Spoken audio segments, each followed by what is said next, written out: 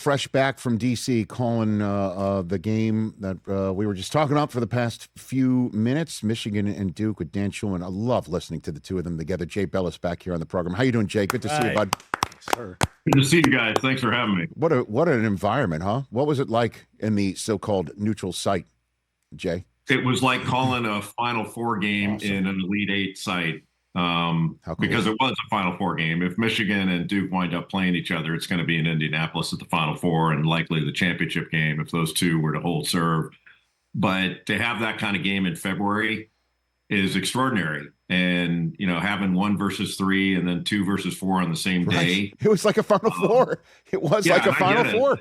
Yeah, and I get it. 2 and 4 were conference rivals, and that can happen. But to have a non-conference game, where 1 and 3 are playing, it's really kind of an extraordinary happening. And, basketball kind of owned the day on television. We were, I don't want to say we were surprised, but impressed is probably a better word that, we took College GameDay to a neutral site, which we would only do at a conference tournament. And the schools were kind enough to say, both Dusty May and Jon Scheyer were kind enough to say, look, we'll hold our shoot-arounds during your show. And they opened it up like an open practice at a Final Four. And I mean, I don't know how many people were there, but they kept pouring in the whole time. And the lower bowl wasn't completely full, but it looked like it. And it was just a really cool atmosphere. And while I'm sure the coaches might have thought, well, this is kind of an unnecessary distraction, I think they got it that, this is something that could really elevate the sport. And it's something we need more of in the future, where conferences build in this kind of non-conference inventory into their schedules, but do it in February rather than in December when, people and media are consumed more with football than basketball. Yeah, and then programs like Michigan and Duke can be 25 games down the road, fully formed, ready to roll, right? Battle-tested, highly ranked, and go for it. I loved it. And when I saw it on the schedule, I'm like wondering what it would look like. And just sitting at home, seeing who was sitting there courtside, you guys did a great job of showing it in the broadcast. It felt like what you just described, sitting at home, Jay. It was loaded. There wasn't an open seat. It was sold out. I get the whole thing about here's how much the tickets cost and all that. But there was just a buzz around the game all day long. And leading into it that you don't get very often. I have no idea what the rating is or is going to be. And that's not my area, so I'm not really worried about it. But just going from, how it is when you're on the road or something, the amount of people you have that are talking about something, that's a gauge you have yourself. And it was very much kind of a Duke versus Carolina week feel to that game, and having those two big brands and the fact that they're both so good. When I was waiting to come on, I heard your little pity party that you had. I hope Jay Bilas here on the program. What do you mean pity party? What pity party am I having? What pity I don't party? think circumstances for the Maize and Blue are as dire as you think. You can be the better team and still lose a game. Yeah. And just like Michigan lost to Wisconsin, I don't think anybody's saying Wisconsin's as good or better. They're not. And I think if these, like my view after watching the two teams play up close against each other, I've seen them both a lot, but this is the first time I've had Michigan in person this year, but I've watched a ton of tape of them. I would still favor Michigan in a 7-game series against Duke, but it's close, and you expect it 1 versus 3 to be close. But, I think one thing Michigan is going to realize when they watch the tape is, one, they missed a lot of open shots and shots they normally make. And number 2 is they did not stress Duke's defense as much as I thought. Like Duke wasn't made to move defensively as much as I expected, because Michigan runs really good offense, but they didn't get to the second and third action in possessions to really stress the Duke defense. They didn't have to, they never really got out of their help position most of the game in half court settings, and still Michigan had a shot to win. So I don't think things are as dire as you seem to think they are. No, Jay, I'm just saying, they're the underdogs now. That's all I'm saying is, here moving on forward, they're the underdogs is all I was saying. I'm not sitting here saying dire, but from my own untrained eye, what I could see was Duke was clamping down on Michigan's transition game.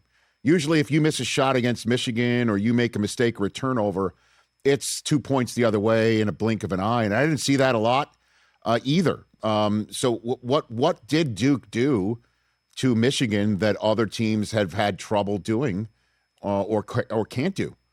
Well, first, it's easier to slow a game down than it is to speed one up. And so Duke generally does a really good job of controlling tempo and taking away the other team's transition. And in one way they do that is their offense really helps their defense. Like they generally don't take bad shots. They're a very low turnover team, and neither Michigan nor Duke are high turnover forcing teams. So that was certainly helpful to having it be more of a postseason type half court oriented game.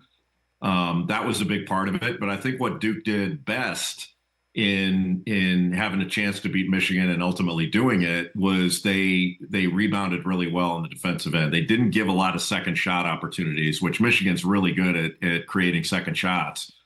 And Duke's guards, like their big guys, rebound every possession on the defensive end. They're closer to the basket generally. But the guards really stuck their nose in there and helped. And they got a number of key rebounds to keep Michigan from getting second chance opportunities, sometimes which can be kick out threes. And that's the best time analytically, just with your eyes, whatever. That's the best time to shoot a three is get an offensive rebound. Because the defense is thinking about playing offense when the shot goes up, getting the ball and playing offense. They're not as in tune with playing more defense. And oftentimes you can kick it out and get a step in three. And Michigan wasn't able to generate much of that. They couldn't. That is a fact. What's Jon Scheyer been able to do to break out of the old saw of you don't want to be the guy after the guy. You want to have a guy in between being the guy after the guy. How has he been able to bust out of that and coach this program as well as he has post Coach K? Jay? The guy after the guy got all the right guys on the roster. And yes. When you're coaching the right guys, right. It doesn't matter whether you're the guy after the guy or the guy after the guy's guy or whatever. He has recruited really, really well. And he's blended the portal by getting some really good role players that have experience and blended those guys around super talented freshmen. And, I'm sure Duke fans are going to expect this year after year, but to have Cooper Flagg and Cameron Boozer back to back, you might not get those two guys in a career, and they've had them in back-to-back years. So, now with the transfer portal and, NIL and revenue sharing, the argument about one and done seems kind of quaint. Nobody's complaining about that anymore. But Duke has been in the one and done pool for a long time, and I think they're going to stay in it because they tend to get 2 or 3 of the best high school players that have maturity and they're ready to perform right now.